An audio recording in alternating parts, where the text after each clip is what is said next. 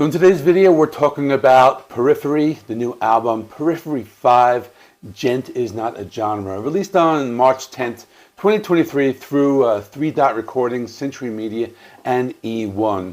This is a follow-up to Hail Stan from 2019. This band plays the type of music, it's very heavy, it's progressive metal. They've been called Djent, but according to the title, they say it's not a genre. I would call it progressive metalcore. Whatever you want to label them, it's very complex. They have these song structures that are very complex, and song lengths are usually pretty long, around like over 8 minutes. It's a band I haven't spent a lot of time with. I listened to a few of their other albums prior to listening to this album. They have a big following. They released 3 singles prior to this album coming out. You got 9 tracks. It's an hour and 10-minute runtime, so it's a pretty long album. It's the type of band that likes to mix a lot of different genres into their sound. I guess if you want to compare them to other bands, maybe like Between the Buried and Me or something like that. Most of the album is that prog and metalcore sound. They added elements of jazz. There's some saxophone on one song. There's like epic movie scores and a lot of different stuff going on.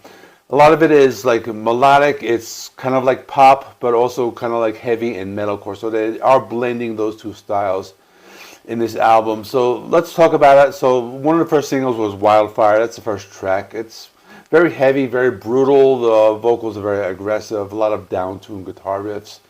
The sound is very aggressive, but the whole album is not like this. They have like clean vocals. You know, when the song like moves on, there's one part in the song where like the vocals are more like these pop oriented. I'm thinking of like a Coheed and Cambria kind of thing. I'm thinking of that last album they did. But they also do these like Cannibal Corpse style like gutturals. So they mix a lot of different styles. They make it work, and they're trying new things. This is the song that has that jazz and saxophone I was just talking about. Then the next single, Atropos, it kind of like starts off like these heavy chugging riffs, like a thrash metal, but down-tuned guitars. But then they do more of this like jazzy stuff. So the more melodic vocals, like modern pop.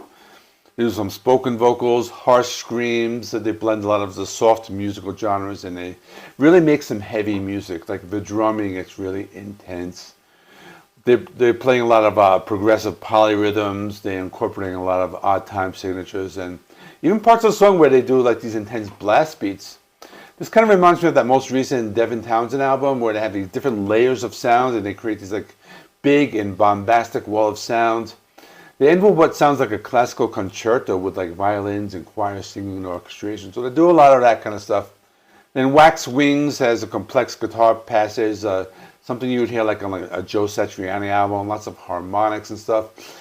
It picks up, turns into a song that mixes like the clean pop styles with some intense drumming and melodic singing. Like most of the other songs, they balance like the softs with the pop music and the heavy metalcore style with those heavy guitars and drums. And they balance it out. Just if you're a fan of like heavy music, like you don't feel like it's too soft, but if you like the more melodic stuff, you can enjoy it. It's sing-alongable. Overall, the song is very epic, and then everything is fine. Like the heaviest like metalcore intro you can think of with the odd time signatures. It's a shorter song, short for this type of band. It's like a little over 5 minutes, but it's one of the songs where they keep that intense and complex pace throughout the entire song. This one has like the majority of the harsh vocals with those gutturals, some of the clean vocals, but this is more the harder songs, and then they take a complete turn.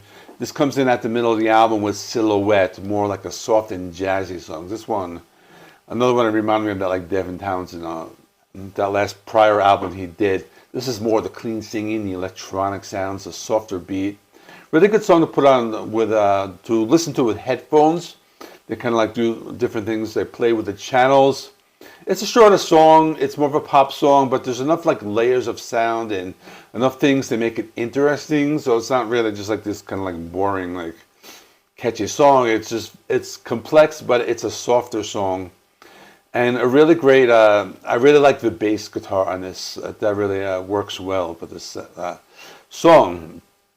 But then at this point, we're kind of like at the midpoint of the album, and then they kind of bring back more of that complex stuff. So Dying Star brings more of that complex, hard-driving prog metal. Has a mix of that soft poppy sound with that classic heavy tune, down-tuned guitar metal. And on the most part, it's kind of soft. There's lots of technical guitar playing. One of the songs are mostly clean singing and electronic sounds, but they use some backing vocals and they make it sound bigger. At this point in the album, there are 3 more songs, and they end the album with like the 3 like longest and proggier songs on the album. So I mean, like these last 3 songs is like 30 minutes of music just in itself. So Zagreus has some heavy and brutal sounds. They do some of the stop-start riffs, the aggressive vocals. This is the song where they use that like djent sound. Now the song is complex. It gets odd time signatures. They have some of the harshest vocals, those death growls, and then they have some catchy parts with a big chorus and cleaner vocals. They also do a breakdown, gets a lot softer with a melodic guitar solo, and it continues with some acoustic guitar strumming.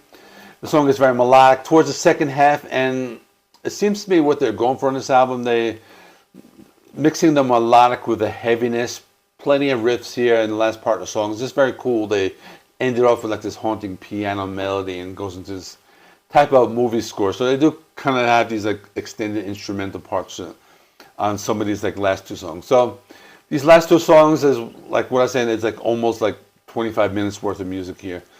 It's like 12 minutes and 11 minutes. So Dracula Grass or Dracula Grass, however you say that. It mixes metalcore and prog, cleaner melodic vocals. The drumming is very complex. There's some heavy down-tuned guitar riffs. It's darker. You got the vampire-themed lyrics. Lots of different parts of the song. They change it up. There's some few softer breakdowns. It kind of balances out the heaviness.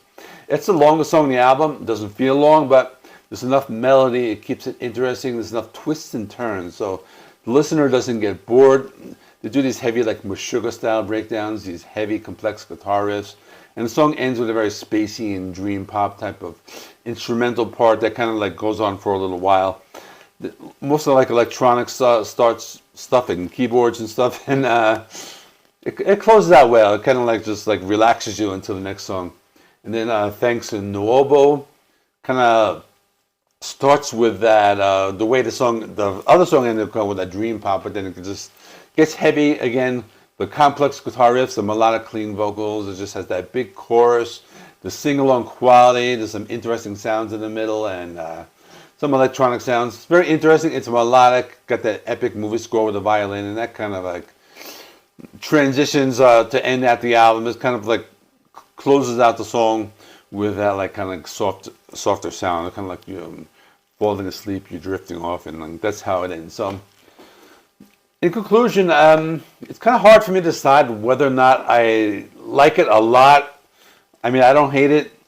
And I could say I like it a little. I wasn't blown away. You know, there have been a lot of progressive metal albums so far this month. You got Enslaved and Haken, and another one that's kind of hard to review an album when it first comes out, but it's kind of like the thing you have to do.